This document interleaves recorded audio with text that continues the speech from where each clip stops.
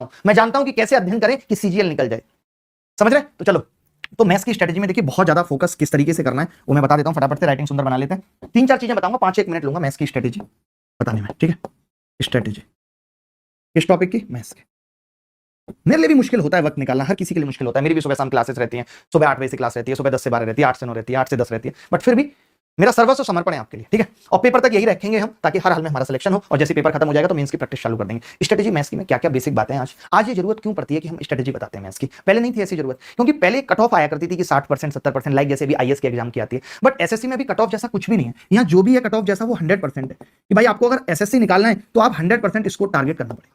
आज आप देखते होंगे, आज से 4 साल 5 साल पहले कोई नहीं बात करता था मुझे 200 नंबर लेके आने। आप पूछेगा अपने चाचा मामा भतीजे किसी का अगर एग्जाम निकला है तो वो बता देंगे आपको कि कोई नहीं सोचता था पहले कि 200 नंबर लेके आने। बट आज आप किसी भी बच्चे से बात करोगे, अच्छे बच्चे से बात करोगे, तो वो सब यही कहते हैं 190 प्लस लेके आने हैं, 200 लेके आने, क्योंकि आज समय की वही दरकार है अगर आपको सीजीएल निकालना है। तो ये सब चीजें 100% स्कोर होने के लिए बहुत कुछ आना जरूरी है। जैसे आज आप एक चीज देखते होंगे कि बेसिक्स नाम की एक बहुत बड़ी चीज आ गई है, बहुत एक नेगेटिव वर्ड आ गया है, नेगेटिव लोगों ने बना दिया इसको कि बेसिक्स।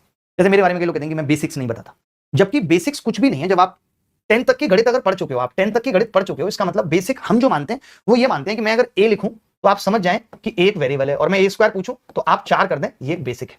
तो ये हर किसी को आता है जो सीजीएल की तैयारी कर रहा है, ये बेसिक है। अगर सीजीएल में 100% स्कोर करना है तो आपको ऐसे कॉन्सेप्ट्स, मेथड्स, फॉर्मूले,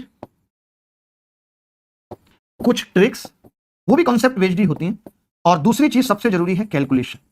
अच्छी, ये सारी चीजें जब अच्छी होंगी तो आप समझ लो कि आप सीजीएल में 100% स्कोर कर सकते हो। यहां पे कहीं मैंने बेसिक नहीं लिखा, क्योंकि एग्जाम निकालने के लिए, एग्जाम में अच्छे मार्क्स लाने के लिए किसी बेसिक की नीड नहीं।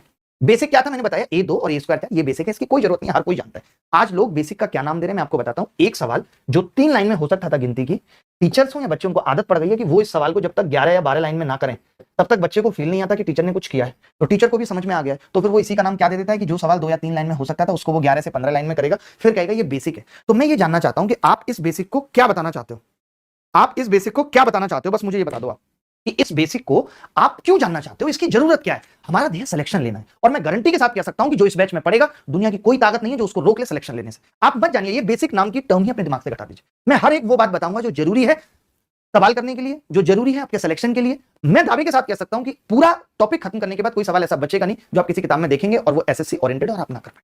तो आज से आप ये भूल जाना कि कोई बेसिक नाम की चीज होती है। हमें फोकस करना है कैलकुलेशन पे, फोकस करना है, कुछ ट्रिक्स पे हमें फोकस करना है, और ये सब चीजें कॉन्सेप्ट, मेथड, फॉर्मूले, ट्रिक्स सब किससे बनी है? कॉन्सेप्ट्स। कॉन्सेप्ट हमें जरूर सीखना है, किसी भी चीज का कॉन्सेप्ट पता होना चाहिए कि ऐसा हो क्यों है। कॉन्सेप्ट जब तक नहीं आएगा तो सवाल अगर घूम जाएगा तो आप भी घूम जाओगे। तो इसीलिए हम इन चीजों पर फोकस करेंगे, कॉन्सेप्ट, मैथ्स, मेथड्स, फॉर्मूले। ये मैं इसलिए भी बता रहा हूं क्योंकि आप मेरे से गलत उम्मीद पाल लें कि इन्होंने बेसिक टर्म का कहीं यूज नहीं किया। मैं इसलिए नहीं कर रहा क्योंकि ये आप एक गाली सा बन गया।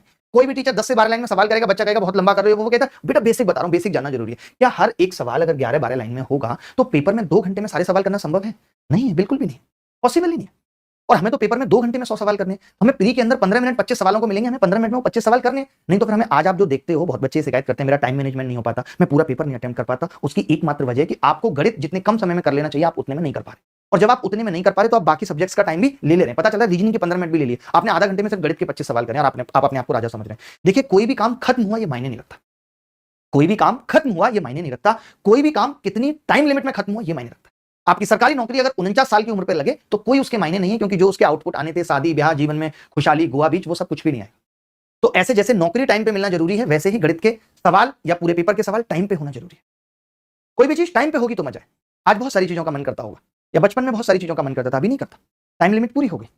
तो टाइम बहुत जरूरी है। टाइम मैनेज करने के लिए कुछ नहीं करना, पेपर में सिर्फ गणित अच्छी बना लेना है, गणित के कॉन्सेप्ट, मेथड्स, फॉर्मूले, ट्रिक्स, कैलकुलेशन सबको रख लेना है। बीच बीच में कैलकुलेशन का क्या रोल है, कैलकुलेशन को कैसे आसान बना सकते हैं। जैसे कैलकुलेशन आसान बनाने के लिए हमारे दिमाग में हर वक्त डिविजिबिलिटी रूल रहना चाहिए, हमारे दिमाग में डिजिटल सम रहना चाहिए, हमारे दिमाग में परफेक्ट स्क्वायर नंबर के रूल्स रहने चाहिए। तो कैलकुलेशन का जो बहुत बड़ा रोल है वो नंबर सिस्टम है।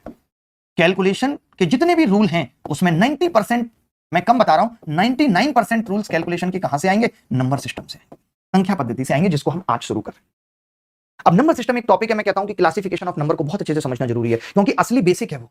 अगर वो असली बेसिक हमने नहीं जाना तो हम नहीं कर पाएंगे। तो इजाजत दें फटाफट, मैं दरख्वास्त करूंगा आपसे कि बहुत ही गजब, बहुत ही गजब, बहुत मजा आ रहा है भाई।